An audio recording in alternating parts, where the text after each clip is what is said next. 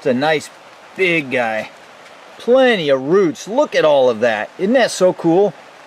I love these petunias. They really are easy to root.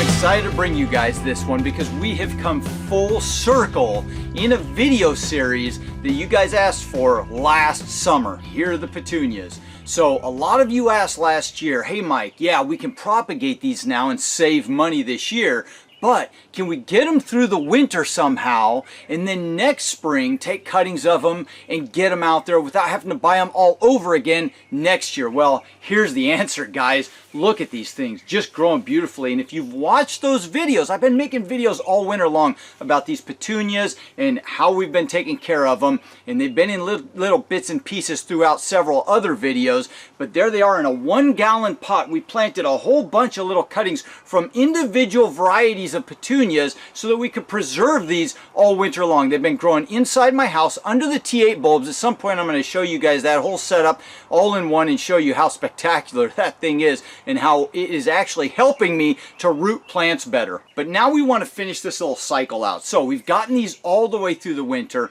Now it's time to do what we did in that original petunia video that I posted several years ago. Go click the link in the description. You can go watch it right now if you haven't seen it. But we're going to take cuttings of all these different varieties that we've got and we're going to get them started and rooted, and then we can do whatever we want with them all summer long. And we didn't have to spend any money this year.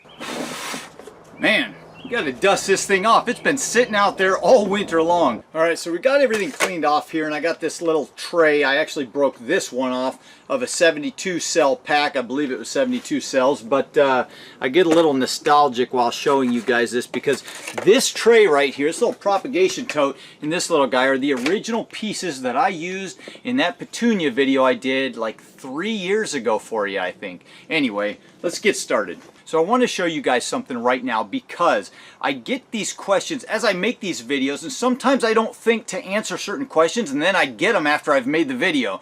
So as I make more videos, I try to answer questions for you, and one of them that I get all the time is, how wet do I want my medium to be? How often do I water? Well, with a setup like this, where we've got a closed environment where there's constant 100% humidity, you don't water them through the rooting process. But I'm going to show you right now, people are making mistakes on how much moisture is in their medium. Now, with the rooted cuttings, remember, you don't need a lot of moisture because they don't have roots to absorb that moisture yet. You just need a lightly moistened soil-less medium, something that it doesn't have a lot of nutrients in it. And I'm going to show you what we're going to use right now, because another question I get a lot is, or something people say a lot is, I don't have access to that fine fir bark that you use. What else can I use? Let's show you. All right, so if you guys don't live in an area that you can get a lot of bark, most people can get peat moss throughout the world. And I'm not talking about the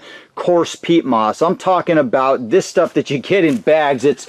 Here it is dried out right here, but it's kind of a fine peat moss. But the problem is people are getting it way too wet. Their rooting medium is almost looking like that, where it's just sopping, and that will rot a cutting any day of the week. So I want to show you what to do. Now, you see this is a pretty goopy mess right here, but I've had this in here all winter long. I keep this 5-gallon bucket with this peat moss in here, and this is rainwater. It's just been falling in there through the winter, and then I had it moved under my porch. But you can see how much water's down in here.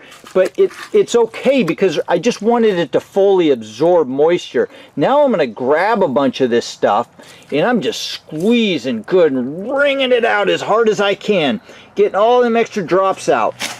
And that's what you want. That's as moist as you want it. That's actually, it's not wet at all. It's just lightly moistened, and you don't need any more than that. So now we're going to take this and we're going to fill these little cells up. It's just like I said, lightly moistened. And once we get all these cells full of medium, see, look, you can see right there. You can see this stuff is just crumbling apart. It's not heavy. It's light. It's just crumbling. Yeah, I got some fir needles mixed in there. You want to really use a medium that is as fresh as possible, which this isn't so fresh, but I'm going to show you just how magical Mike Kincaid is here. And we're going to get these cells filled up here. I'm not packing them too much. They're just lightly packed. I mean, look at this. Look at this goopy mess, guys. This is an absolute mess. This is just a nasty, thick, wet mess of this stuff. But if you wring it out, you got the right amount of moisture. I'm talking wring it out good. But see, like I'm saying, you don't need this stuff to be wet. You don't need a lot of water in here because those roots aren't developed yet, and you want plenty of air in between the spaces. Those roots aren't really absorbing water yet. Once these guys get rooted, then we can apply water to the rooting medium and start getting these roots growing. All right, so now I've taken a branch off of that petunia. We've got this specific flower right here. So any cuttings that we take off of this branch is going to be a clone of this particular petunia. So you don't want to use growth that's too woody down near the base, although with petunias, they root pretty easily. It probably would root down here, but in general, you want growth on softwood cuttings to be up near the top where it's more soft and supple. And anyway, we'll take cuttings up here, we'll leave some leaves on, take the flower buds off, and we're going to stick them in this little container here.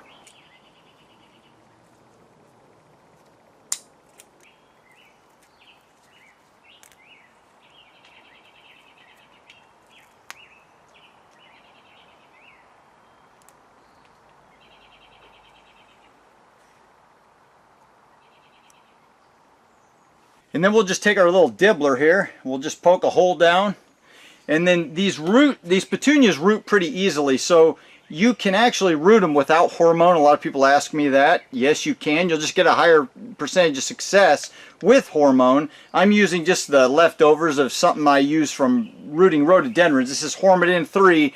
I get that question a lot, and I've got a video about the rooting hormones. I'll put a link in the description below if you're interested. But we'll just stick this guy right in his little hole there and then kind of pack them in. It doesn't have to be hard, but you do want to kind of firm them in there. So I'm going to go ahead and stick the rest of these cuttings, and then we'll go from there. So we got all our cuttings stuck in our container here. The last thing we're going to do is cover them, and I want to show you real quick first. I've got just a little bit of water down in the bottom. I don't know if you can see that. Let me see how there's some water, just a little bit down in there. But it's not actually, it's down in the little crevices here. It's not being absorbed by the potting soil in here, the peat moss in here. And that's just going to evaporate and keep the air around the cuttings moist. So once again, just real light, airy soil, but plenty of moisture around the cuttings. And then I'm just going to put this lid on. Now, we want to make sure these guys are closed, these little louvers, because you don't want a lot of airflow right now. You want that humidity to build up inside of there and get these cuttings able to not lose any moisture and just have all the time and energy they need to root into the soil. Oh yeah, I know I'm going to get this question, so I'm going to answer it now. My wife got that propagation tote for me on Amazon several years ago. I think they're still on there. Get them now while you can. I make no money from that. And remember guys, the propagation tote isn't magic.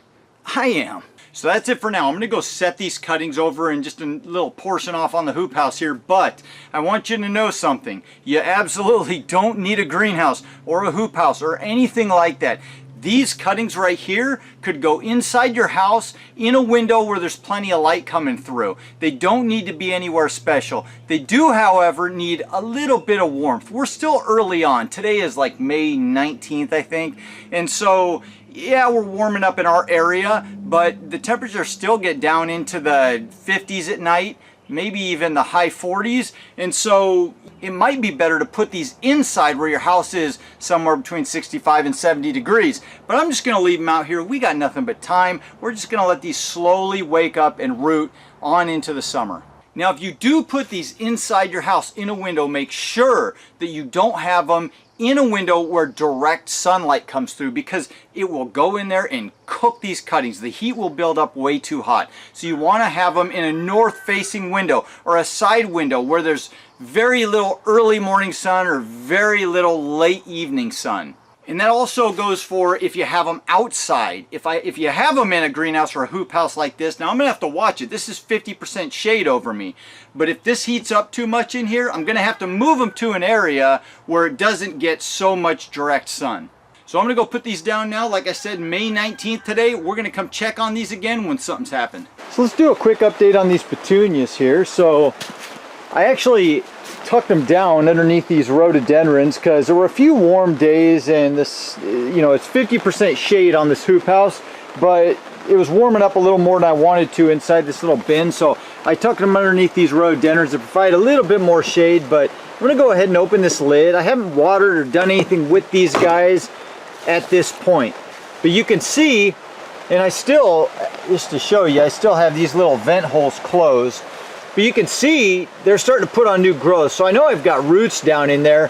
And if I pick this up and we just look underneath, you can see that we've got some roots going on. So these guys are doing well, and they're starting to root out really well. Let's pull some of them out and take a look. Look at that, lots of nice roots on that guy. And these guys will fill out and root even better as more time goes by. Look at that, new growth coming up. Look back here.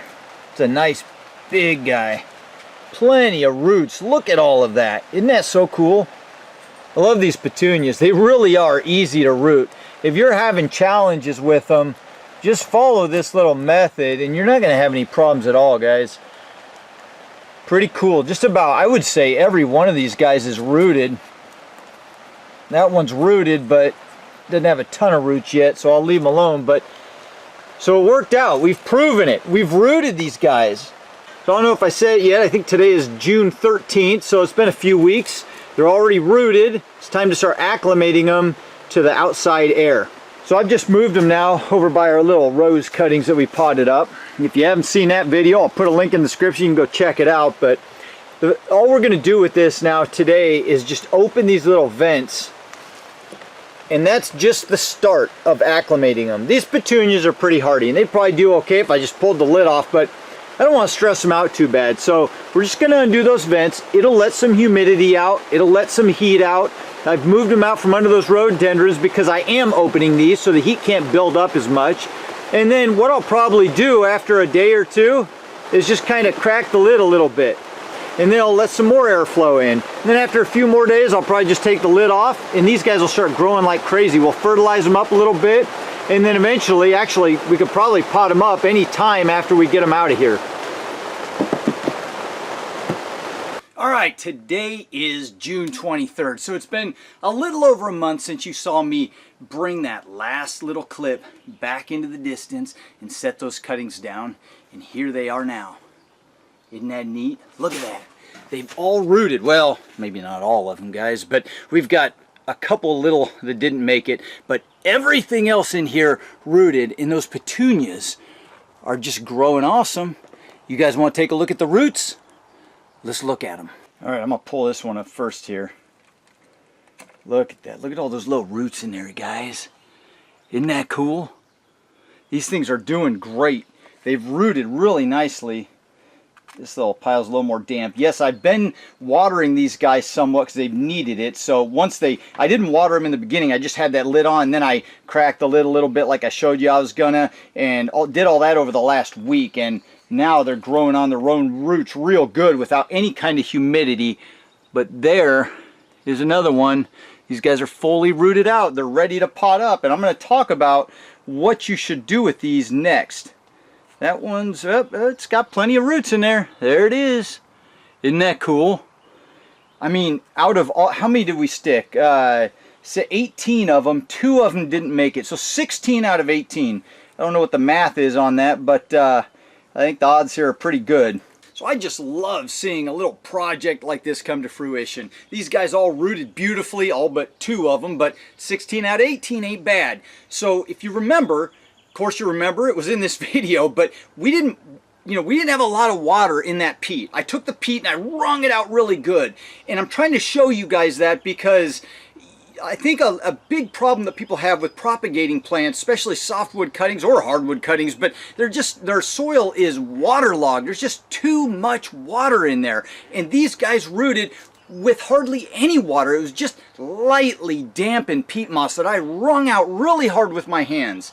And right now they look more wet, but that's because I pulled the top off and I watered them. But they rooted without all that moisture in there. And so I'm just trying to show you another way to, or from another angle, that this actually does work, and it works really well. All of this also proves that you can, and it answers your question, that you can take the petunias that you propagated last summer or now this summer, and you could take more cuttings of these guys and overwinter them inside so that next spring and summer you don't have to buy more petunias. There you have it. This thing has come full circle now, guys. We've kept these alive for over a year now. So what's the best thing we can do with these right now? Well, the best thing that we could do is to snip all that growth there back. I'd snip back to just the first level of leaves right there on all of them so that we can encourage more root growth deeper into there, and then they'll have the energy to put out more top growth. They also need to get potted up into little 4-inch pots or 3-inch pots or 1-gallon pots or whatever you want to do. Or you could put these guys right into a hanging basket if you wanted to, and I may do something like that. But these guys are doing really well. In fact, I think this video is going to end here. Do you want to see these guys go into a hanging basket, or do you want to see them get potted up individually? What do you guys want to see? I think a hanging basket sounds nice, and I have one more beautiful basket like the one behind me there to put all these guys in, and these guys are multicolored. I got all kinds of colors throughout here. What do you think? Let me know in the comments down below. In the meantime, if you like this one, hit the like button, subscribe if you want to see where we go with these guys. Have a fantastic week, and I'll see you in the next video. Adios.